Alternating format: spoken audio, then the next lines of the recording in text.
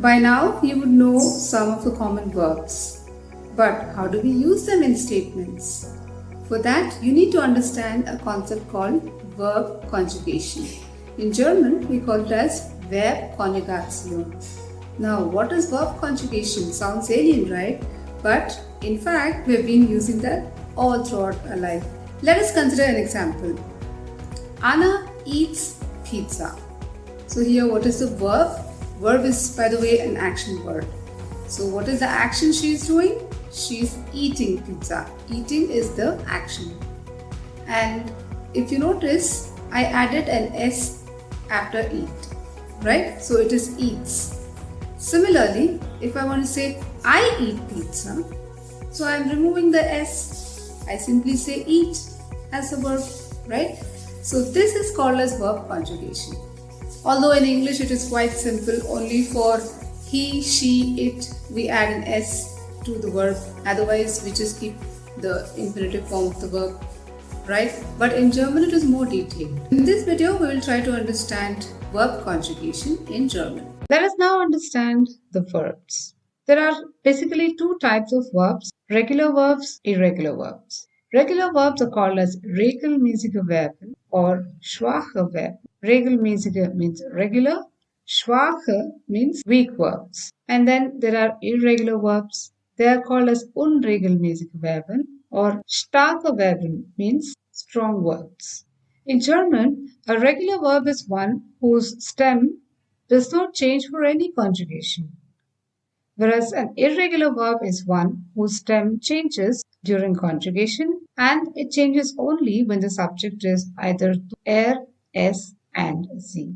This concept is same as in English but maybe a little more detailed. In order to understand the regular and irregular verbs, let us first try to understand the verb construction.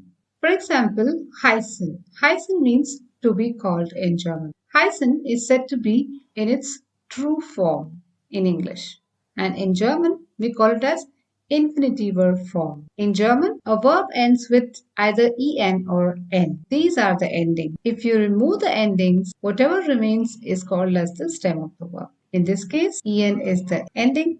In German, we call it as Endung. Heiß is the Verbstamm, that is the stem of the verb. Similarly, for example, kommen. In this verb, if we remove en, then whatever is remaining, that is komm, is the stem of the verb. The stem of the verb.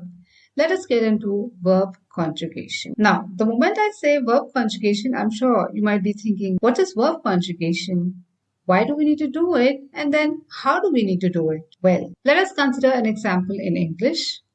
I play football. She plays football.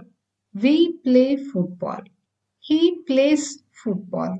So if you notice here, when the subject is he or she, an extra s is added to play. That is called as verb conjugation. Coming to the next question, why do we need to do it? We need to do it so that the conjugated verb gives us information about the subject. That is the gender of the subject, the plurality of the subject, and so on. Now that we know what is verb conjugation and then why do we need to do it, let us now learn how to do the verb conjugation. Let us consider kommen as the example regular verb. Kommen means to come.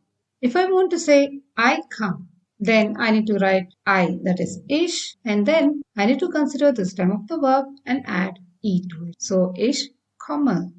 I come. Similarly, if you want to say you come, you need to say du and then to the stem of the verb add st. Du kommst. Similarly, if I want to say he comes, you need to say and then take the stem of the verb, add t to it. Kommt. Similarly, she comes or it comes also follows the same rule. So, sie kommt, she comes, es kommt. It comes. Okay, so let's repeat. Ich komme, I come. Du kommst, you come. Kommt, he comes. Sie kommt, she comes. Es kommt, it comes. Now the plural. If I want to say we come, I need to say wir and then take the stem of the verb and add en to it. Wir kommen. Wir kommen. If I want to say you all come, I write ihr, then add T to the stem of the verb. Ihr kommt. Ihr kommt. If I want to say they come, I write sie, then I take the stem of the verb and add en to it. Sie kommen. Finally, if I want to say you come, formal you come, then I write capital S, sie, then add en to the stem of the verb, sie kommen.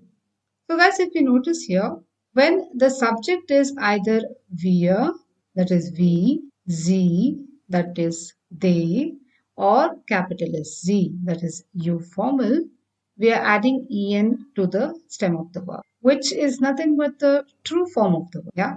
So that means to say we can just write the true form of the verb whenever the subject is wir, sie, or sie. Similarly, the conjugation rule for er, sie, es, and then ihr is the same. We just take the stem of the verb and add t to it. Now let us try to apply the conjugation rules for a different verb. Let us consider another verb, tanzen. The stem of the verb is tanz. If I want to say I dance, I say ich tanze. Ich tanze. You dance. Du tanzt. He dances. Er tanzt. She dances. Sie tanzt. It dances. Es tanzt. We dance. Wir tanzen. You all dance. Ihr tanzt. They dance. Sie tanzen. You formal dance. Sie tanzen. So similarly, you can consider other regular verbs and then follow the same verb conjugation rules to conjugate the verb. Now that you know how to conjugate a regular verb, let us try to learn how to conjugate an irregular. Now if you remember, I mentioned that the stem of the verb changes whenever the subject is du, er, sie, es for an irregular verb. That means to say, I need to know the chain stem of the verb and also the original stem of verb. Let us consider a verb called sprechen.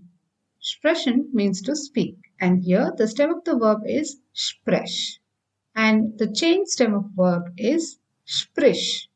That is sprech changes to sprich. So the moment I say original stem of verb and chain stem of verb, the immediate question that would probably strike in your mind is, how do we know the chain stem of verb? Unfortunately, there is no logic as such. There are, of course, some tools like Reverso. It is a website wherein you can get the conjugation for a given verb. So through this website, I know the original stem of verb and then the chain stem of verb. Now that we know the original and chain stem of verb, let us try to conjugate the verb. If I want to say I speak, I would take the original stem of verb and then add e to it. So, ich spreche. If I want to say you speak, and then I will take the chain stem of verb and add st to it. So, sprich is the chain stem of verb. I added st to it. Du sprichst. If I want to say he speaks, I say er, and then the chain stem of verb and add t to it. Er spricht. Similarly, she speaks would be sie spricht. It speaks, es spricht. If I want to say we speak, I write wir and then the original stem of verb, which is sprech, and then add en to it. Wir sprechen. If I want to say you all speak, I write ihr sprecht, ihr sprecht. They speak would be sie sprechen. And finally, you formal speak, sie sprechen, of course, S capital C. So as you notice here, the conjugation rules are the same. That is, the endings are just the same.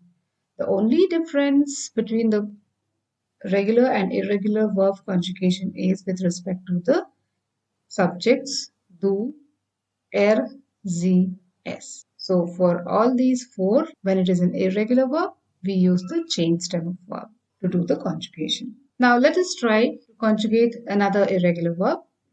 I consider the verb schlafen. Schlafen means to sleep, and schlaf is the original stem of verb.